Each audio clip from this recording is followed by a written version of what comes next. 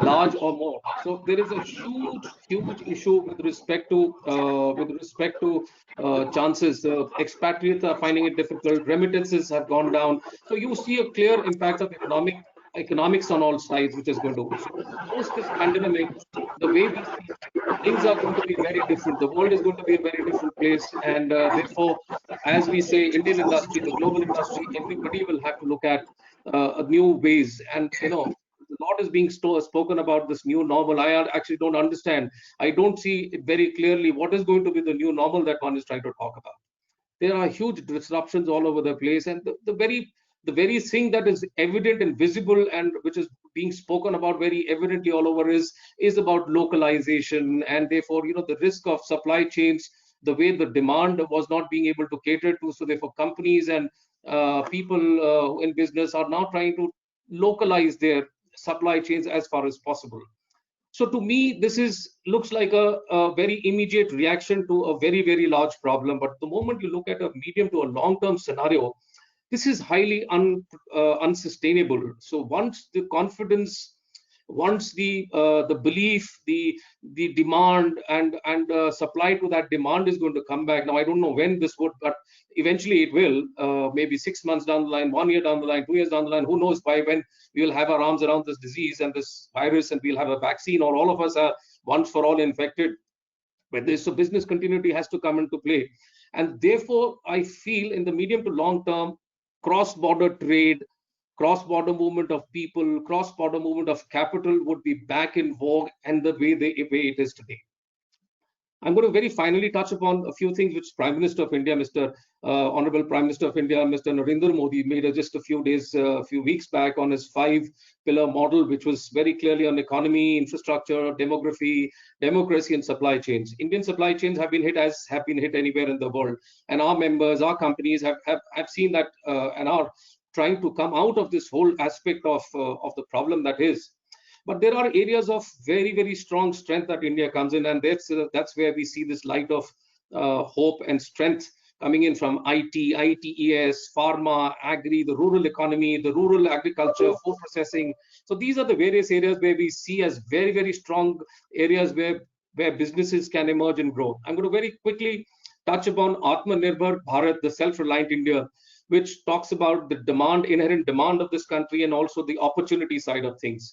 And definitely does not mean that we are trying to talk about inward-looking country who is looking at isolationist approaches. It is actually, on the contrary, a very strong supply chain growth mechanism which this country wants to come up with heavy strengths of people to take a very strong pie of the global value supply chains, which are very critical to the global trade that one is talking about.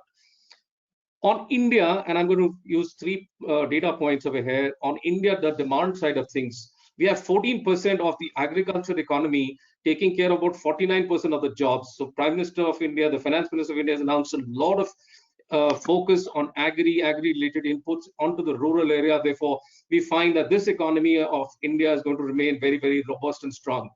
I think the growth of about 30%, fingers crossed, is where the Rabi crop, which is the winter crop for India, has grown. So therefore, there's a huge sense of food security and possibilities of doing business in the food and food processing. And the sowing of Kharif crop, which is the next season crop, which is underway, is about 40% higher sowing than the last year. So I think we are very strong there. Our 60% of our economy is largely on services. I think we have not been hit that hard. That is unrepairable. So therefore, we are going to bounce back very strongly in this. And I've already spoken about IT and ITS over here. 25% of our composition is manufacturing, of which 85% is MSME, and that's where the hit is. And government needs to do a little more, lot more. Industry needs to do a lot more to come back, and therefore looking at partnerships and global supply chains as to how we can plug ourselves into that. And the last point that I would like to make here is the 2,000 to 2,500 per capita dollar income of Indians, 70% of that is consumption of essential items, which on the contrary to the world is on discretionary basis. So therefore, this demand of this country is going to bounce back real fast. And that's the hope that we at AssoCham carry forward. Thank you very much, Abhishek. I'm handing back to you with these remarks. I hope they were just openers for the rest of you to take care from. Thank you. Thank you so much, Mr. Sood. These were definitely very relevant, and the clarion call by the Prime Minister on self-reliant India, Atmanirbhar Bharat, and the 5 pillars you mentioned, I think these are going to be extremely relevant even for our discussion in the next hour or so. Thanks once again, Mr. Sood. Very good afternoon, His Excellency Shri D.B. Venkatesh Verma. Thank you so much for joining us, sir. If we may hand over to you for your special remarks. Well, thank you very much, Mr. Deepak Sood, ASSOCHAM, our friends in Delhi.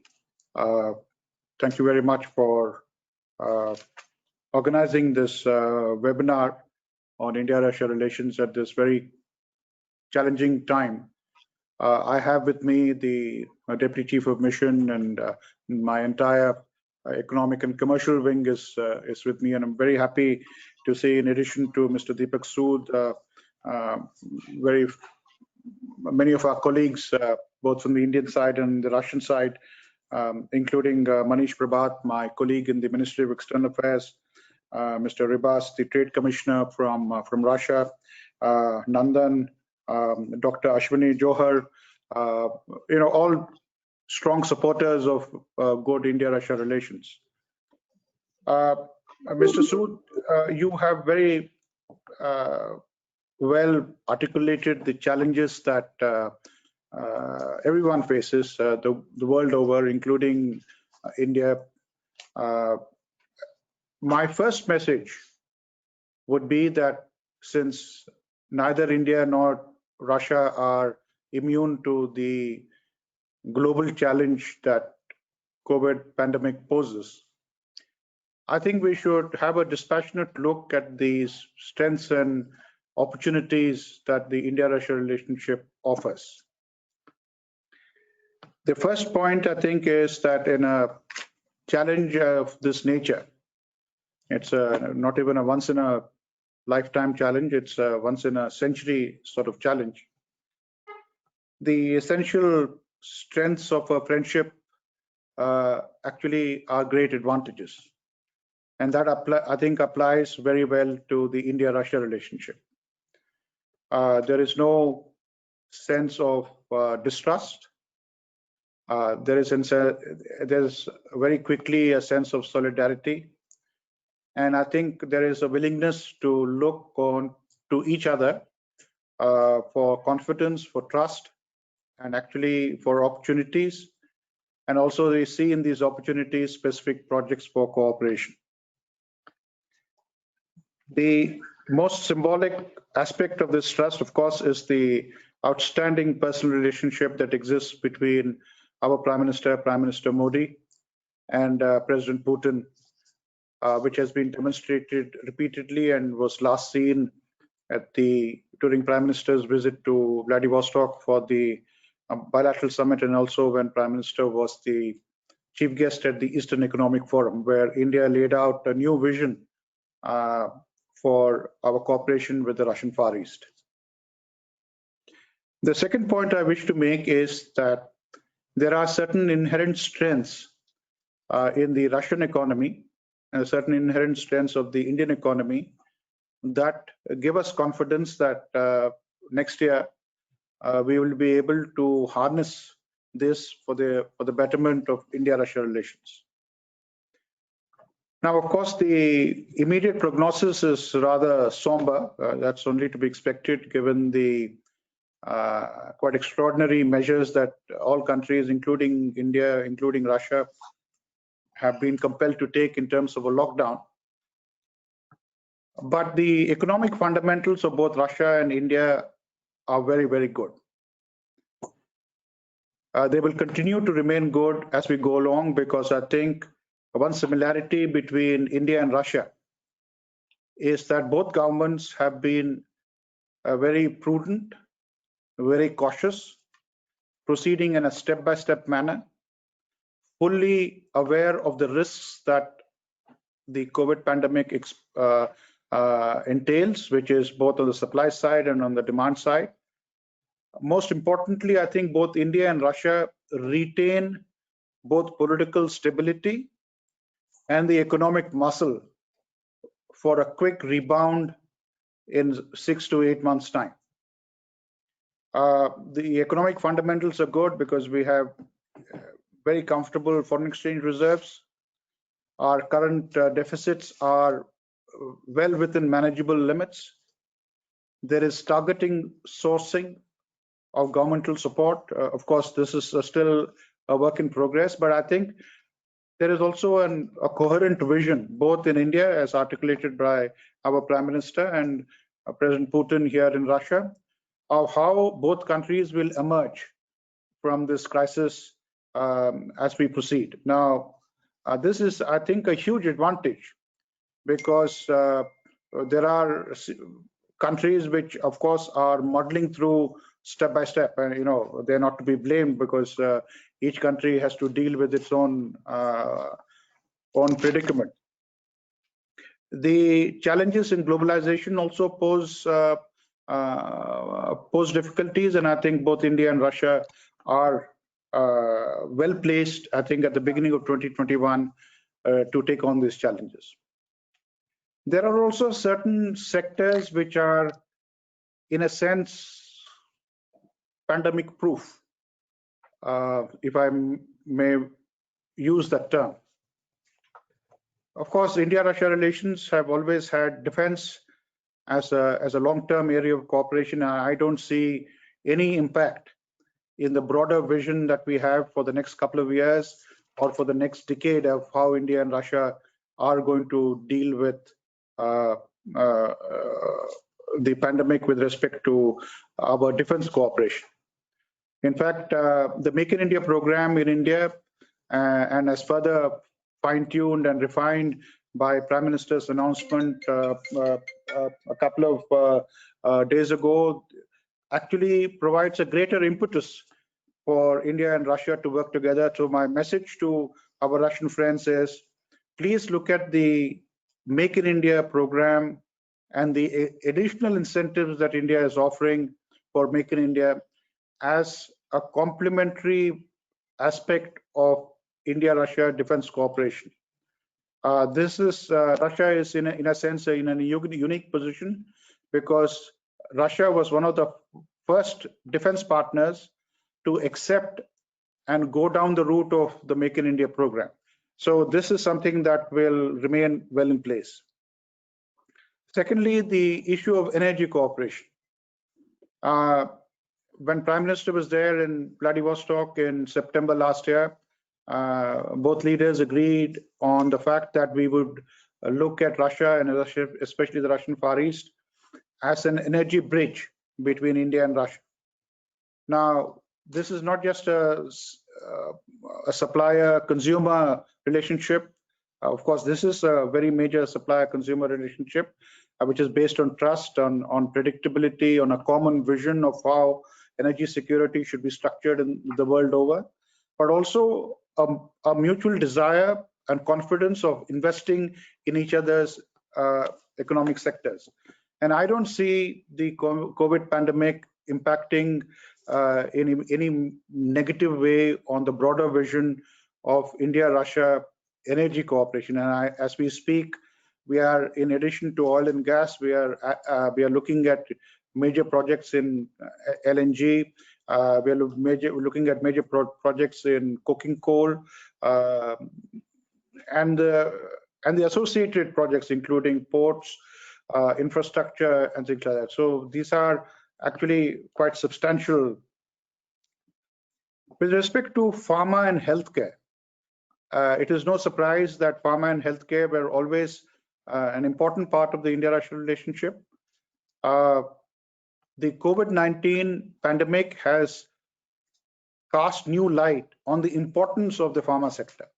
And to our Russian friends, they would have seen both from India and from Russia the enormous capacity of the Indian pharma industry to meet a global challenge. I'd like to take this opportunity to compliment our pharma industry. And I would like to say that this is only the beginning. The best is yet to come. We are, in a sense, stepping out in a very major way to put Indian industry to the best advantage of India and for the global community. Having said this, the Russian side has had major steps forward as part of the COVID pandemic. One beneficiary aspect of the pandemic is that, as elsewhere, both India and Russia are spending more money in the health sector. That naturally provides greater margins, greater opportunities for our health sector to look at opportunities, and the embassy will be very happy to be approached. We will provide contacts on the Russian side. We already have a very good listing that emerged from Prime Minister's visit to Vladivostok last year for the bilateral summit. So we are actually quite ready to roll on this aspect. So I would very much encourage our ASSOCHAM friends in India, and especially also our Russian partners, to look at the pharma and the healthcare industry in a very major way. And this is again just the beginning. We have not just vaccines and therapeutics. We have medical equipment. We have how to build hospitals, how to do telemedicine. You know, a whole new universe has come into view because of quite extraordinary circumstances that we've all had to face. I would also mention digital as another area, a similar area where there's been an explosion of use of digital technologies, and public perception and awareness, both by the governments and by the public, of how important digital technologies is to handle major challenges of the nature that we face today. There are some sectors which can also be looked at. Telecom is one area. I would also mention agro and agricultural products, textiles and apparels, and another area. Of course, another subset of this entire discussion, and some of our friends from the foreign policy field would also sort of agree with this trend of analysis, that this crisis has also revealed the risks of over-dependence on one or two suppliers. I will not name any country. Each country learns its own lessons in its own way. But I think both India and Russia have, in fact, much more common ground than other countries in trying to diversify our supply chains and not run the risk of over-dependence on one or two supply chains. And I'm sure the industry would be quite ready to respond to this. In the textile sector, if there is any support that you wish that the embassy provide, we will be very happy to do so. Now, the diamond sector is something that will go through a little bit of a problem, largely because the demand has fallen quite dramatically. But we understand that the Russian government here, and I'm sure that is the position of our government as well, to handhold the diamond industry during this difficult period, so that when demand picks up, as surely it will next year, the investments that we've made both in capital and technology and in companies, they'll be well positioned to rebound as quickly as the global economy sort of picks up. Rare earths is another area where we are looking at a major expansion, both private and public sector. So those of you who are interested in rare earths, please feel free to approach us. Let me add a word on skill labor and migration. Of course, what the COVID pandemic has done is it has shaken the entire skill labor market globally. So some have come back, returning to their home countries. Some are being diverted, and new opportunities are being created. And I think we ought to look at this in its totality. So if we are looking at, say, for example, return of a certain number of skilled labor from the Gulf for certain reasons, we should be in a position to see whether we can redeploy them and find opportunities for them elsewhere. Now, Russia is an important market. They have a demographic issue. The Russian government is cautiously proceeding to see whether they can manage this in a way that is politically and socially manageable given their own priorities. And there is in principle agreement between India and Russia at the level of our leaders that skilled labor and migration will be an aspect that we can look at in a more systematic way. I'd like to thank a lot of work is already being done. We are looking at the NSTC is helping us. Niti Aayog is also involved in looking at opportunities. But I would say that this global supply chain, including in terms of labor, actually provides for us an opportunity in the India-Russia relationship. Lastly, this is but natural. The entire business industry would be quite concerned about the availability of finances, the availability of credit in this rather difficult period. Of course, that is a difficulty that we will face together. But let me assure you that what Prime Minister announced in Vladivostok last year, in September last year, of $1 billion soft credit line for the Russian Far East is still on the table. We are working on it. But the finance ministries of both countries, assisted by the ministries of foreign affairs of both countries, are actively engaged. Now, this is an area that we can, that still gives us a lot of opportunity. Let me also mention that those of you who do business with Russia or are planning to do business with Russia should also see the opportunities, not just in the India-Russia context, but many of these opportunities will have to be seen in the Eurasian Union, Economic Union context. Because if you look at EA-EU, you get Russia, and if you look at Russia, you will increasingly get the EA-EU, which is quite a substantial market. So let me conclude by saying we greatly appreciate the attention that ASSOCHAM is putting on the India-Russia relationship. You have gathered together many friends, both from the Russian side and in the Indian side. We greatly value their support, especially in times like this, when there is so much of uncertainty. But it's very reassuring that that ASSOCHAM, which has such great influence within Indian industry, is lending its weight for the furtherment of our bilateral relations. And we wish you success and, of course, good health in these very troubled times. Thank you very much.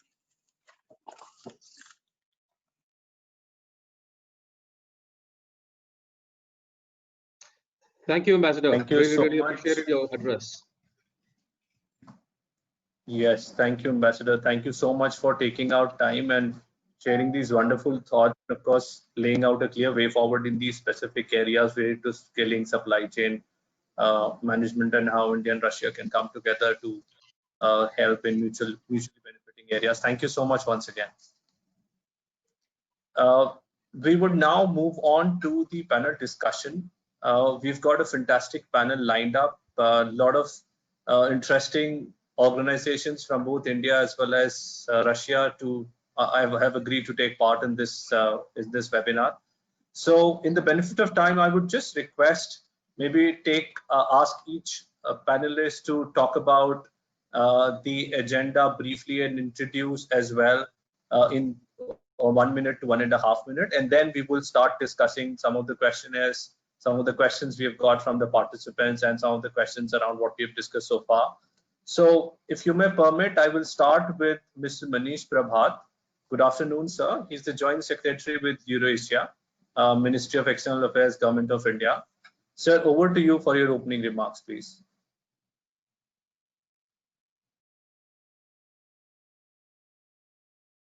So we can't hear you. Can you please unmute yourself?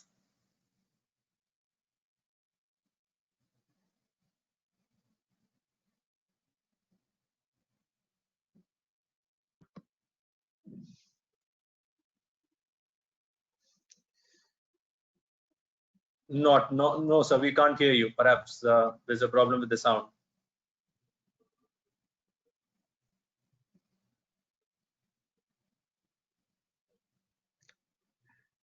Abhishek, while they fix the sound, would you like to go to the next speaker, please? Let's do that. Mr. Prabhat, we'll come to you as soon as we get to hear anything from you. We'll come back to you. We'll invite Dr. Alexander. He's a trade commissioner, trade representative of Russia to India, to say a few words, please. Thank you very much, Mr. Gupta. Do you hear me? Yes? Okay. Your Excellency, Mr. Ambassador, esteemed participants of the webinar. Firstly, let me express my gratitude to ASSOCHAM for organizing this event and the opportunity to discuss topical issues in the development of bilateral trade and economic relations against the background of pandemic. Notwithstanding the current situation and all possible repercussions out of the pandemic, the relations between our countries remain strong, reassuring the status of a particularly privileged strategic partnership. What will change in the post-COVID era? I think we will use more actively web platforms for conducting so-called digital business missions of Russian companies to India, as well as regional delegations. The meetings with governmental counterparts and B2B interaction can be organized through video conferences. The exhibitions can be held online. This year, Innoprom launched a digital platform for experience exchange and knowledge with audience more than 6,000 people during one session. On our agenda, we have the ambitious goal to multiply the bilateral trade 3 times as much, up to $30 billion by 2025, and we are determined to strictly follow this objective. When it comes to investments, we are convinced that we can explore new avenues of increasing collaboration, given India's intention to further promote Make in India program, to attract international companies to set up production facilities in the country against the backdrop of coronavirus. We support the Indian government's initiative to create the conditions in India for relocating production from China to ensure the uninterrupted functioning of the international supply chains. In this context, the Russian companies consider such opportunities and explore establishing their footprints in India. I would like to know that at present, a number of joint projects in Russia as well as India are being implemented in different sectors, like energy, chemical fields, coal, oil and gas sphere, pharmaceutical and diamond industries. According to the expert estimates, Russian accumulated investment in India amounts to $14 billion, with the same amount of Indian investment in Russia. We are sure that volumes will continue to grow. Given a brief insight into the trade statistics for the year 2019, I'd like to mention that trade between Russia and India increased by 2.3% up to $11.2 billion. But would like to pay your attention that this increase was achieved thanks to significant growth of Indian export to Russia by 22%, whereas Indian import from Russia declined by 5.7%. We can see Indian export was a driver of bilateral trade last year, and this is a good thing. Not, of course, that we had a negative Russian export growth. We must have positive double-digit growth of export as well as import.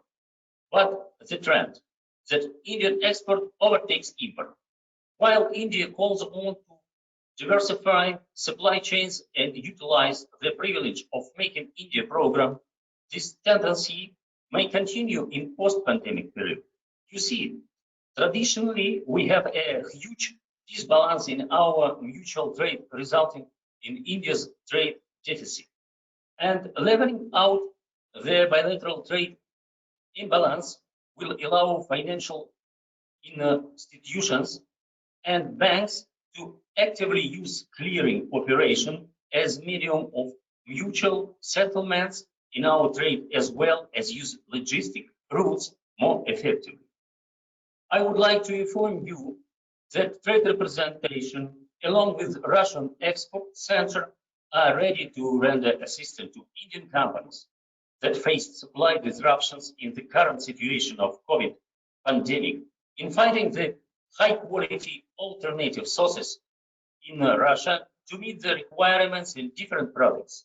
In this context, you can identify the goods and services from Russia you might be interested in and provide us with the list of products required. Thank you very much for your attention. Thank you so much, Alexander. Thanks for these insights and giving us perhaps the way forward on some of these sectors as well. I would request Mr. Manish Prabhar. Sir, is audio working at your end now?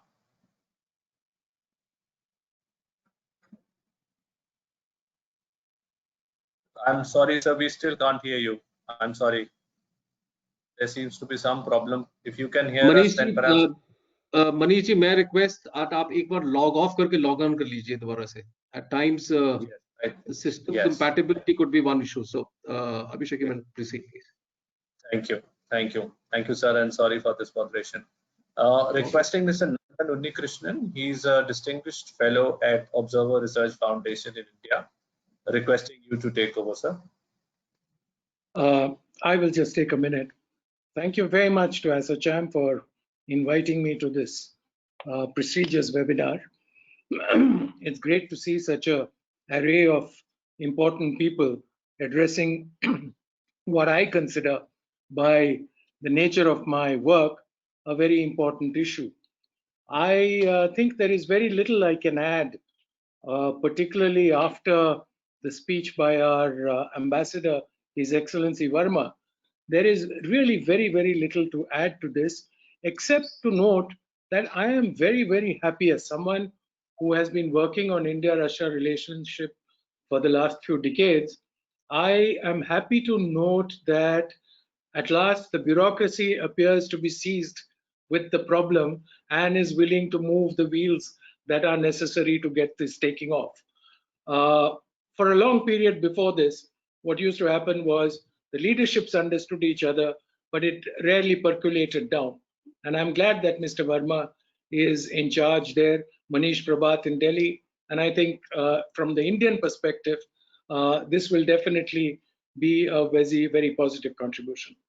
On the other hand, I'm also extremely glad to hear Mr. Ribas note that Russia welcomes India's efforts to prepare the ground for any industries that are leaving China to relocate to India, which means that Russia is keeping track of India's economic measures. And to me, at least, that is an indication that there are people in Russia who are equally interested in what is happening in India and equally invested in the Indo-Russian relationship. And needless to say, I would like to just reiterate what the ambassador said. In the years to come, whether COVID changes the new normal or not, that is not the issue at this point. But in the years to come, the India-Russia relationship is the one that is going to give stability in international affairs to both countries and to the rest of the world. With that, I'll hand it over to you again. Thank you so much, Mr. Unnikrishnan. Would now like to invite Mr. Andre Terpinen. He's a senior partner with Systema Asia Fund. Over to you, Andre.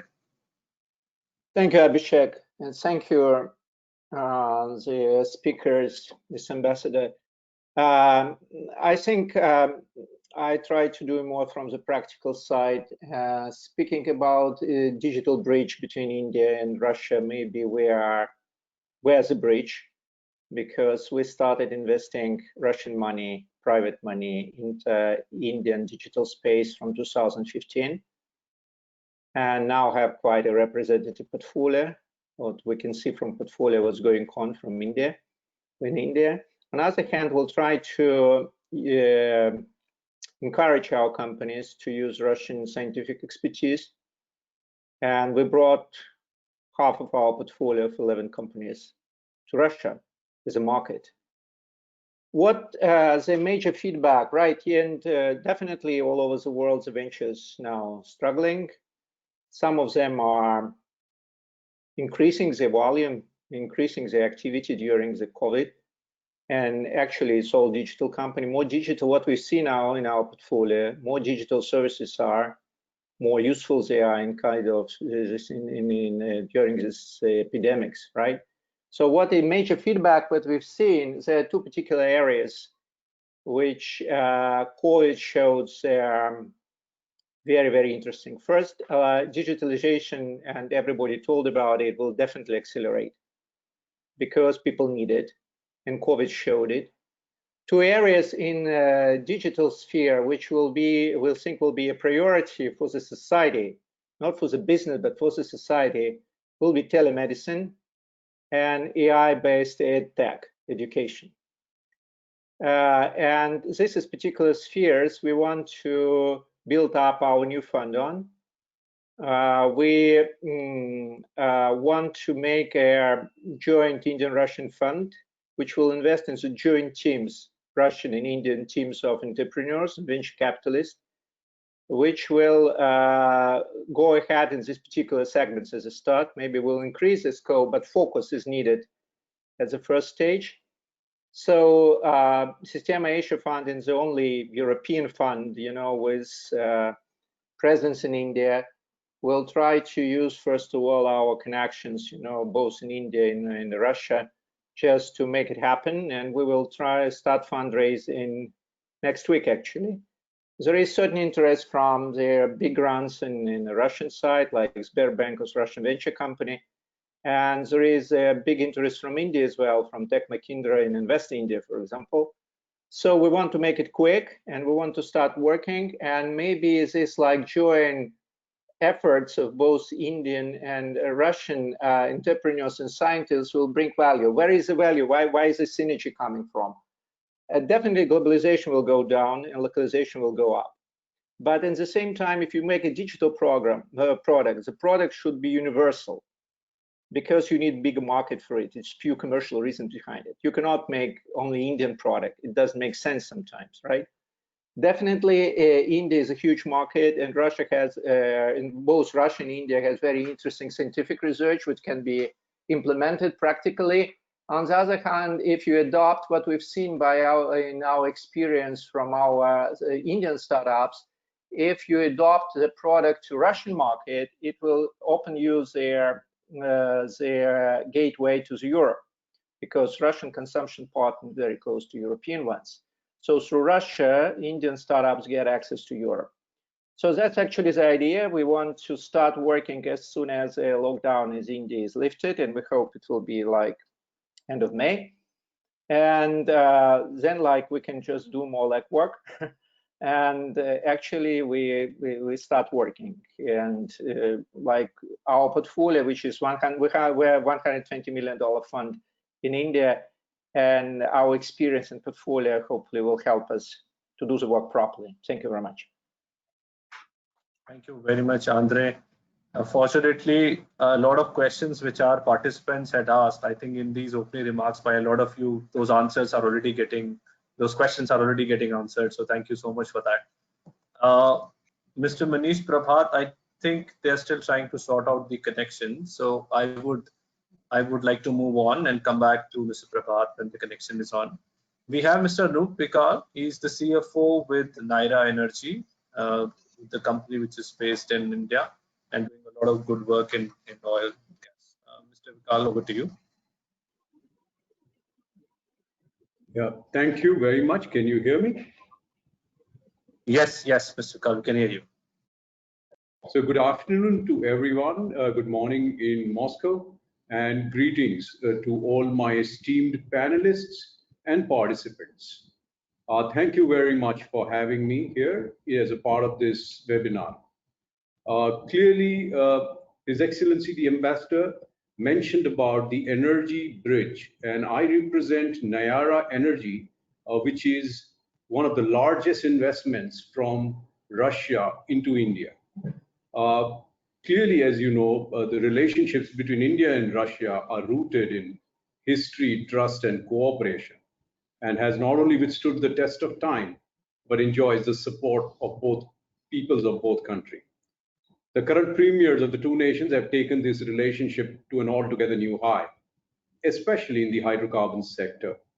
Our company was formed under the aegis of the BRICS Summit in 2016, wherein a deal was signed between Rosneft of Russia and other consortium members like UCP, a bank from Russia, and Trafigura to buy out the oil assets of SR Oil in a deal valued at $12.9 billion US.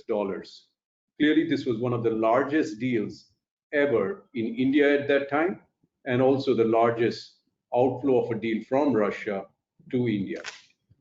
Having done the deal, clearly, as you know, under the energy bridge, Rosneft has a lot of role to play, and Rosneft has been involved in working on various transactions and various MOUs between the two governments. As far as India is concerned, post the deal, the company continues to run its operations on the west coast near Jamnagar in a place called Wadinad, and we continue to share good relationships with the central government of India and the government of Gujarat, both of whom have helped us ramp up once the deal is completed. On the retail fuel stations, the company currently operates 5,700 fuel stations. These are twice as much as what we had when we came on board. The company's, of course, invested into large amount of infrastructures in India, including large depots in central India of Wardha, in UP, in Pali, in Rajasthan. We also continue to work on a lot of new expansion projects, and in the Vibrant Gujarat Summit last year, the Prime Minister of India and representatives of Rosneft signed a prestigious MOU for 850 million US dollars to set up a polypropylene project in our existing location of Wadinad. The balance sheet's been consistently strengthened, and a lot of Indian banks which were under stress on the debt given to the SR were cured by taking the company out of the corporate debt restructuring package. One of the key geopolitical elements of the deal was that the company under the ownership of SR had outstanding payments to NIOC, which is the oil company of Iran, worth 3.4 billion US dollars. On acquisition, we've cleared that due as well. And as a rule, we continue to stay committed to the communities of 15 villages in and around Gujarat and participate in a lot of sustainability and social initiatives.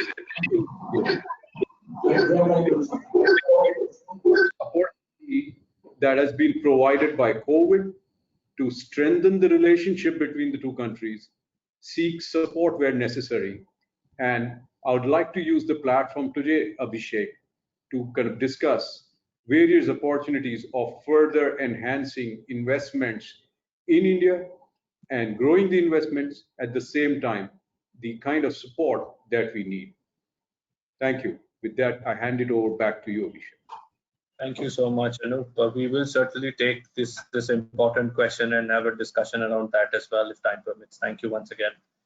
I think Mr. Prabhat's office is still trying to figure out the connection. We will move on to Mr. Nikita Mazen. He's a business development and international commerce executive at Eurasian. Nikita, are you there?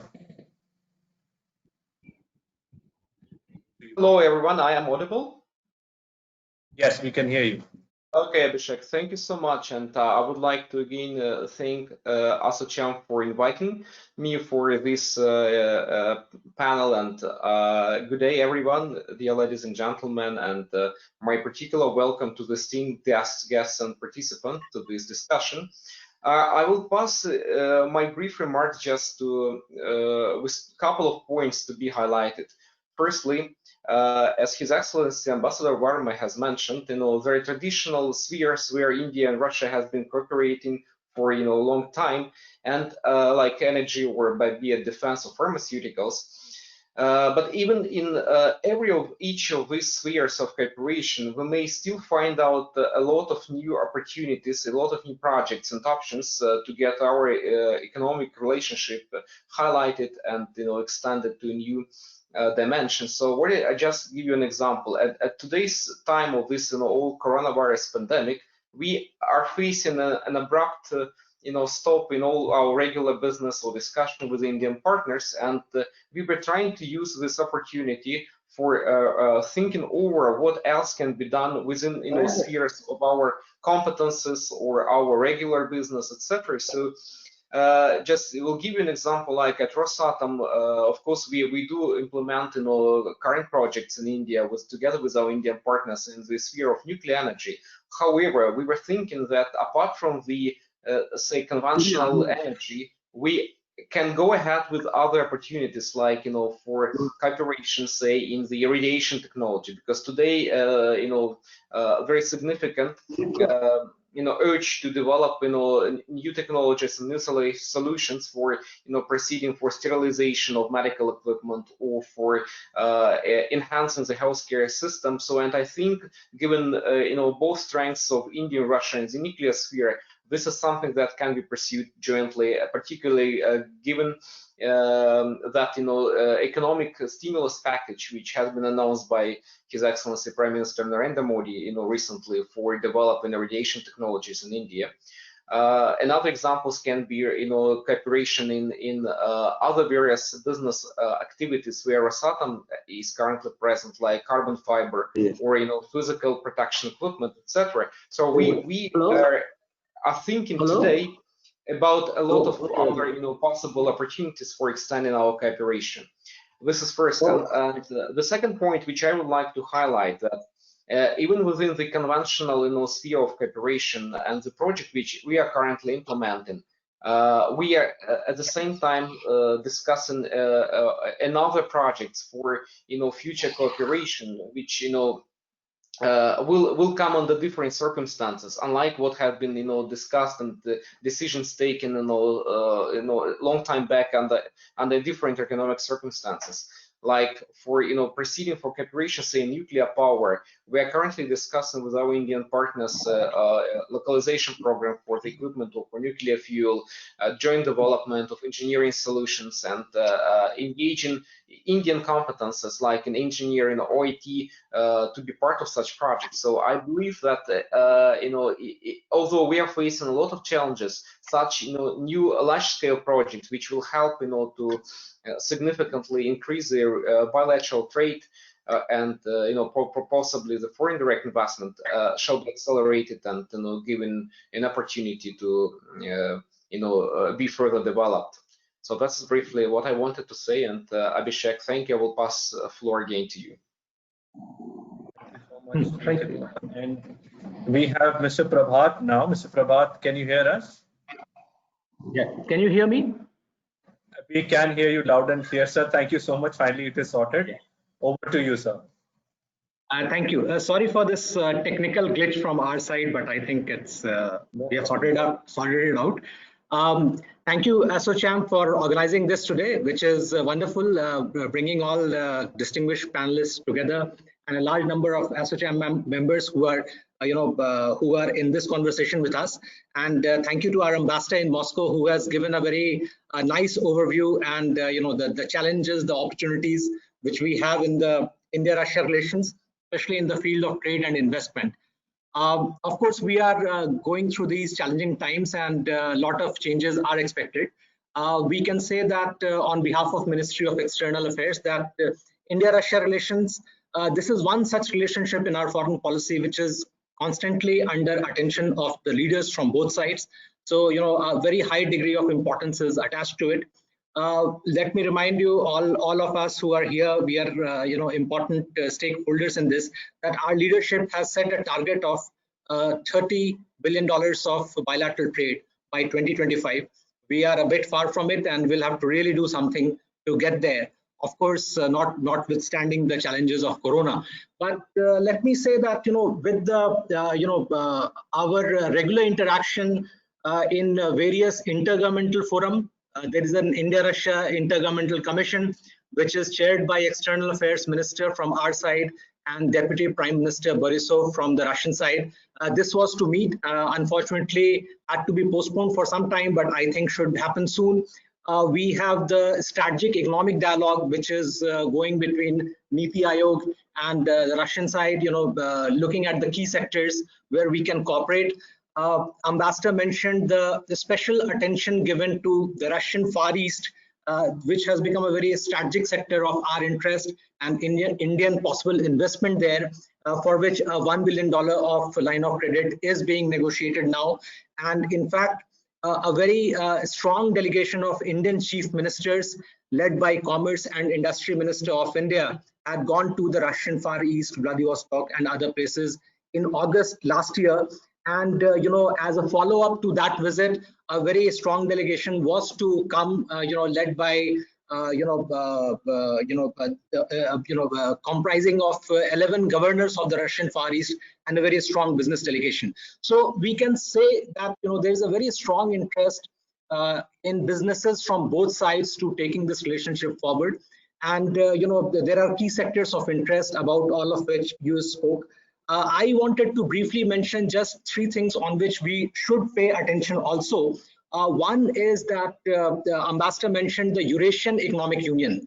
Now, going beyond the India-Russia bilateral relationship and the large Russian market, we also have the possibility now of the Eurasian Economic Union market becoming available to Indian investors and Indian traders. This is Russia, Kazakhstan, Armenia, Belarus, and Kyrgyzstan. So we should look at this market also. And since both India and the Eurasian Economic Union have now agreed to start negotiations on a trading arrangement, we would request industry to come forward with their views, and give your views to us, to the Ministry of Commerce and Industry on the Indian side, that what could be the possible sectors of interest that tariff lines would be negotiated, and we would look at the whole spectrum of opportunities of trade. Of course, once we are successful in negotiating the trade part of the India-Eurasian Economic Union trading arrangement, then we can look at other parts also, service, investment, etc. India was ready on its part, so we have a great opportunity there. And so let us think of this also. The second thing I would like to mention would be the greater usage of the international north-south transport corridor. Of course, trade goes through, the container coming to St. Petersburg port, skirting the entire Mediterranean and Europe. But we have a cheaper way, which goes through Iran and then overland, from Iran onwards to north, reaching up to St. Petersburg. Now, the countries, all the participant countries, now there are 14 actually. When we had started, it was the founding members, India, Iran, and Russia.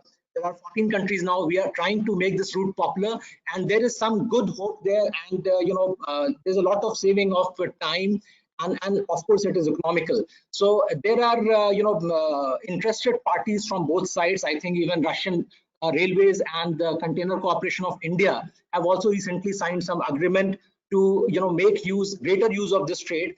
And I think all the ASSOCHAM members should also think of whether we can use this trade and popularize this thing. We can go forward, on that. We have a lot of, interest from the, Indian side and both Russian side, and we have talked it in our joint statements of having the ruble trade popularized. So we all have to think together that apart from dealing in hard currency, can we do something where our mutual exchanges and settlements are in rupee and ruble, which would give a greater sufficient independence to our bilateral trade. And there was some discussions on this, bringing industry on our side earlier. And I think if we get an industry view on this, that how we can take this forward, I think ASSOCHAM can take lead in this thing, and we can take it forward, bringing the traders and major investors together, sitting on one table, thinking that whether we can do more in this subject. It's a neglected part of our bilateral trade and investment relations, but we should work more on that. And I would suggest one thing which I think from my interaction with industry, I often come across that maybe it's a difficulty on our part, but I see that a large number of Russian companies, even big companies, sometimes find it difficult to navigate the Indian environment of tendering, government purchases and supplies. And so when there are, when the Russian companies are trying independently and alone to navigate this market, sometimes they get into these kinds of difficulties, which they think are very hard procedure, very difficult procedures on the Indian side. Well, that may not be true, and I think that the ASSOCHAM members can probably encourage and reach out to their Russian counterparts to see what more can be done to make the Russian companies aware of the opportunities in India, because we are all interested in very fruitful and dynamic relationship between Indian companies and Russian companies, because they would be ultimately be the drivers of our bilateral trade and investment. I'd stop there briefly. This is what I wanted to say. I did not miss any of the discussions which were going on. Thank you. Thank you so much, Mr. Prapat. Very helpful and a very important responsibility and task you've given to ASSOCHAM. And just to add to what you mentioned about various investable opportunities, I think India and next our representative from Niti Aayog, Mr. Johar, would like to add here. But I think some of the initiatives like the India Investment Grid, the GEM portal, there are definitely efforts you would be aware going on from the Indian government side. Procurement easier, to make investment easier, to make trade easier for a lot of international companies coming into India or helping increase the trade. But thank you so much, a very important way forward. I would like to move on to Mr. Ashwin Johar. He is our representative from Niti Aayog, India's policy think tank, and he heads the India-Russia Bilateral Council at Niti Aayog. Dr. Johar, over to you, please. Dr. Johar, we can't hear you. You'll have to unmute yourself, please. Thank you so much, His Excellency, Mr. Verma, and all the esteemed panelists here. Thank you so much for organizing this kind of webinar focusing on India-Russia relationship. As I represent India-Russia Bilateral Council, which has been constituted to iron out any difficulty in terms of increasing the economic activity between these two countries. And all the previous panelists have covered by and large everything which I was thinking of mentioning here. But I would just mention something which is away from economics. Having lived in Moscow for a very long time, I would like to mention it here that India-Russia relationship, bilateral relationship, can not only be judged or measured on the economic activities only, whereas it has been consistent for decades, where emotions prevailed with culture and other things. But since we are living in globalized world, economic activity and economic partnerships has become the central point of developing any kind of relationship. Now, when we talk of during the COVID and post-COVID situation, I think healthcare is a sector which becomes the focus of every kind of economic activity right now, and India being the pharmacy of the world, we are doing great, as Ambassador Verma has mentioned, and few other things, few other industries which are doing well in this field.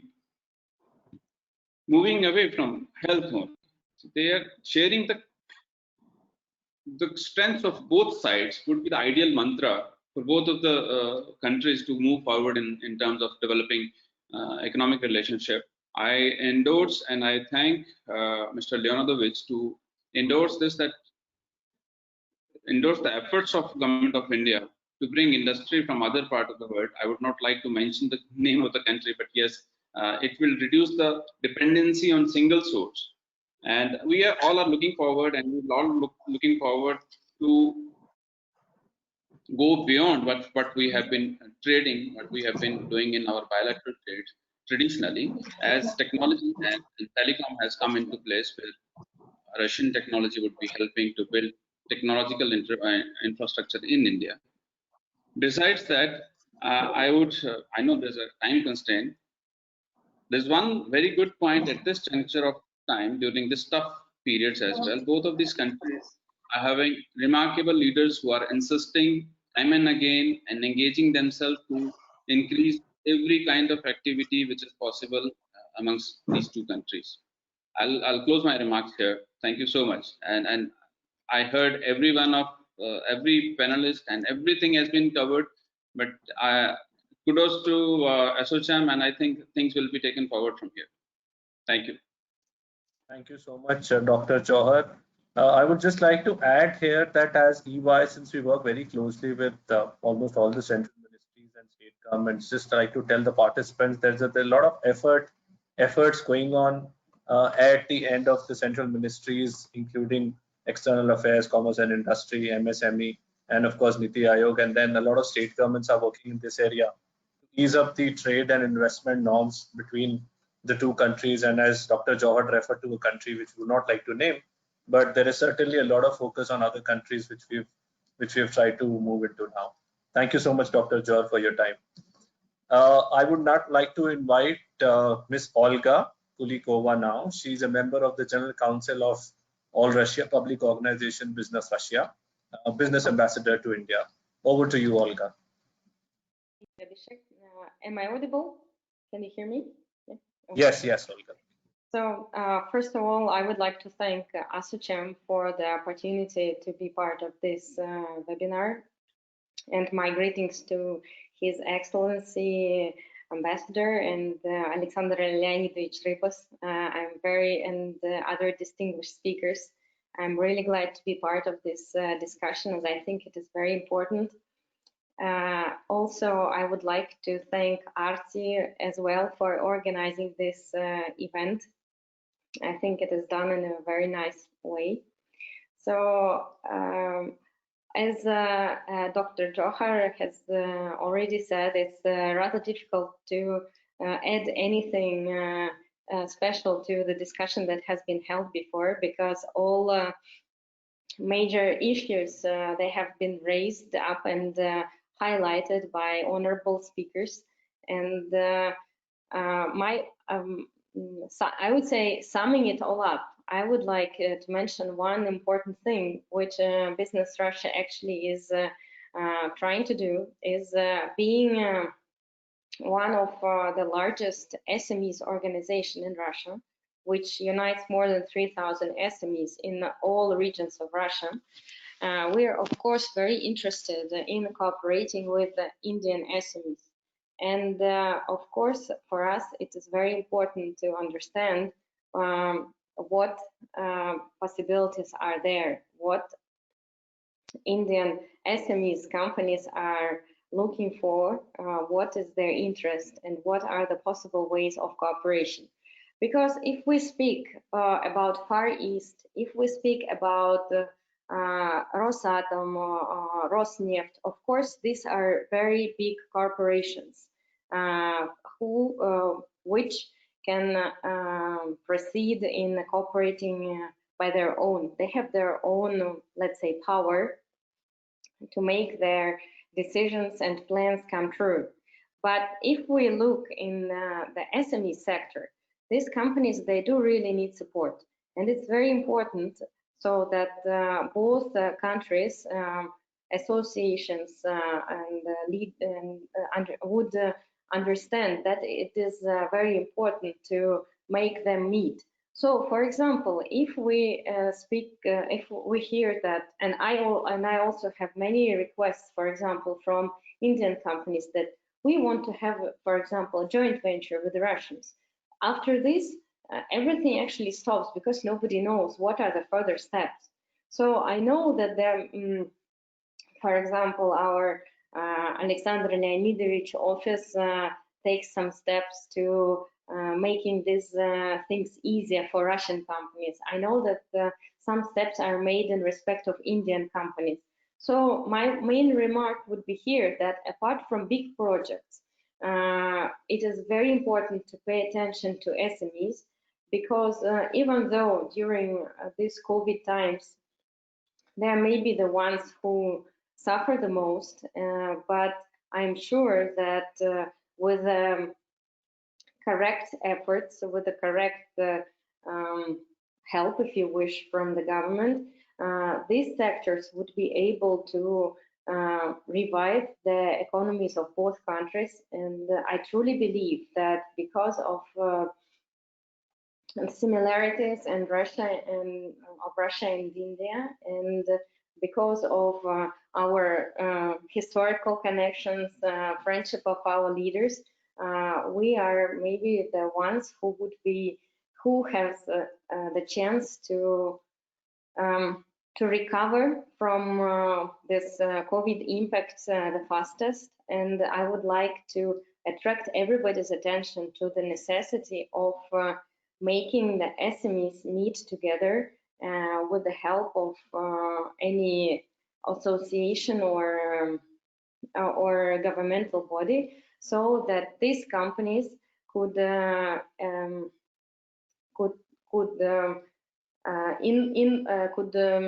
input their value to the bilateral trade. And finally, it would be increased not only by our resource and military sectors, but also by some SMEs production, some SMEs products. And when it is there, I'm sure all of us being present here would be very proud of announcing that bilateral trade has increased by our mutual cooperation in the SME sector. So thank you very much. I hope I was rather short, and thank you very much again for this opportunity. Thank you so much, Olga. You were certainly very short and very to the point. Thank you. Very useful. You brought in a very important perspective of the SMEs, and this is certainly something which India has a huge focus on today. Thanks once again, Olga. So in the benefit of time, we are very mindful that we have already exceeded the time limit. We are just going to close the session now. Before we do that, does any panelist, Sri Verma, does anybody have any comments here? Any closing comments they would like to make? Any suggestions? Anything if they would like to make? Happy to hear them.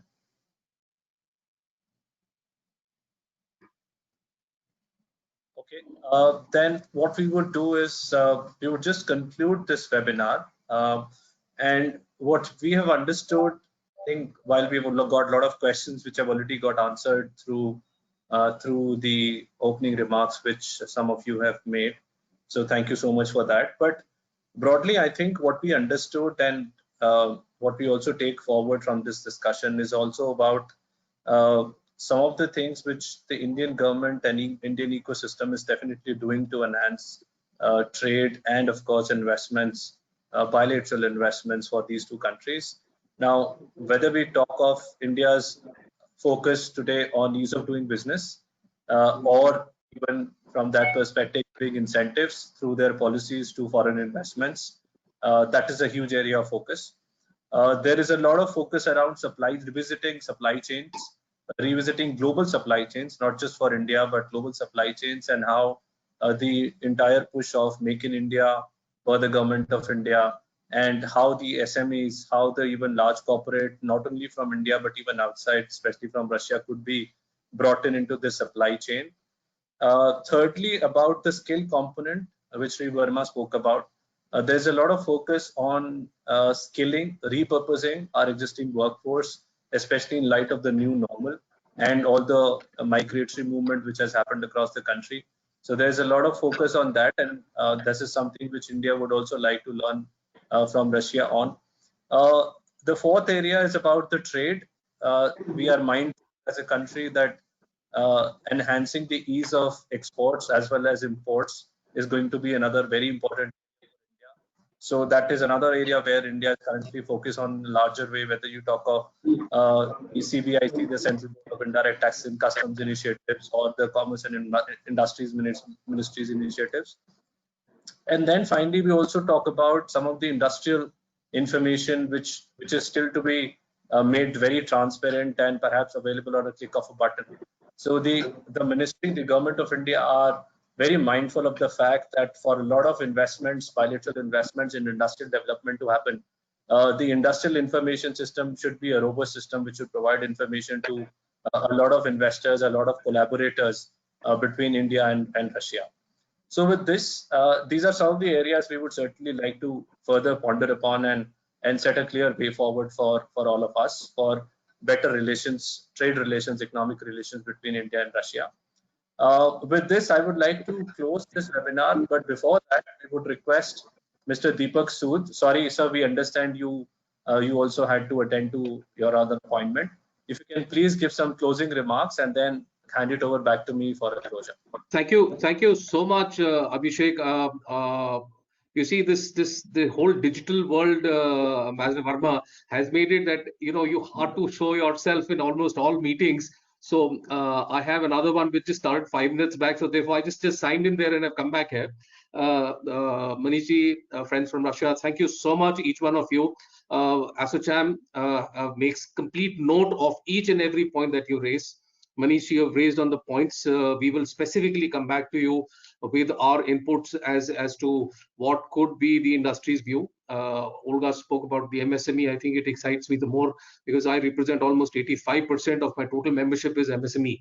I'm talking about 500,000 people, 500,000 members, which is 4.5 lakhs, which is a sizable chunk. And yes, they need handholding. Yes, they need guidance. Yes, they need to go across the borders of India. Yes, they need to bring up their brands. Yes, they need to collaborate. They got to go to their friends in Russia and they need to do all kind of trades and businesses. And ASSOCHAM commits itself to this purpose. And whatever would be required, ASSOCHAM will be in a position to put forward to take this forward. Abhishek, over to you. Thank you. Thank you so much, Mr. Sood. And just in the end, I would again like to thank all the speakers, all the panelists. Thank you so much for taking this much time out of your busy schedules. And thanks to all the participants for being a part of this important webinar. And a big thanks to ASSOCHAM and of course Aarti Sharma for making this possible and pulling all the threads together. Thank you so very much, Aarti. And I would just like to quickly end by saying that while India has this vision of becoming an Atmanirbhar Bharat, which in English is self-reliant India, but I'm sure India-Russia relations have a very important role to play in making that possible. With that, we would just end this webinar. Thank you so much, all of you, for joining. Have a great day ahead. Can I say something, please? I'm sorry, I'm interrupting you. But please, we also need to thank our partner for this webinar. We have a partner and we'd like to make a special mention of him. We are very happy that he could contribute during these very difficult, terrible times. And we hope to continue our partnership with him. So I wanted to mention that. I'm sorry to interrupt you. Thank you. No problem, Aarti. Thank you so much once again. And thank you all of you for joining. Have a great day ahead and take care. Thank you so much. Your Excellency, thanks. Thank you. Goodbye. Thank you.